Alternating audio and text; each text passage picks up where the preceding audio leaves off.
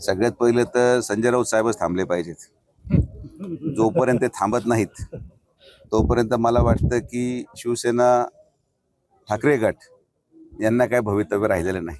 दुर्दैव असं आहे की ज्याला थांबायला पाहिजे तो थांबत नाही आणि बाकीचे लोक थांबत चाललेत. त्यामुळं आता यावर काय भाष्य करण्यापेक्षा येणाऱ्या कालावधीमध्ये आपल्याला कळेल.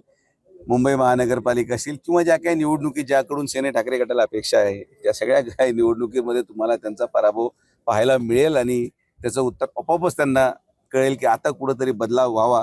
एवढ्या विधानसभेमध्ये दारुण पराभव होऊन देखील जर काही लोकांच्या स्वभावात बदल होत नसेल तर मग त्यांना तेच लोक दोषी आहेत.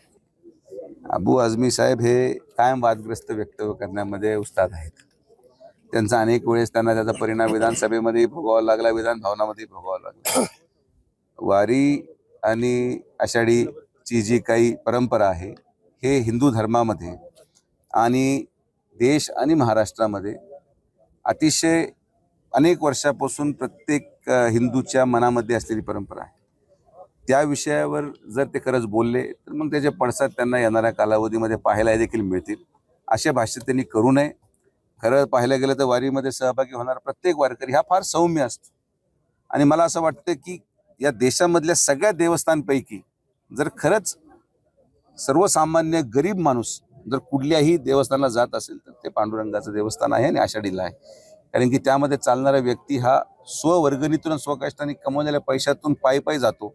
त्यामुळे त्याचं जर कोणी अपमान केला तर महायुतीच्या वतीने त्या व्यक्तीचा बंदोबस्त करायची जबाबदारी आमची आणि आम्ही ती केल्याशिवाय राहणार नाही. सर्वात प्रथम पारनेर तालुक्यामध्ये जो विकास आपण केला आणि यदा कदाचित लोकसभेमध्ये अपयश जरी आला असेल पण विधानसभेमध्ये या तालुक्याच्या सर्वसामान्य जनतेने माननीय दाते सरांना आमदार म्हणून निवडूनही दिलं आणि महायुतीकडे कौलही दिला. तर आज अनेक महिन्यांनंतर वेगळ्या वेगळ्या कामांच्या निमित्ताने आम्ही दोघांनीही एकत्रित दौरा या ठिकाणी केला.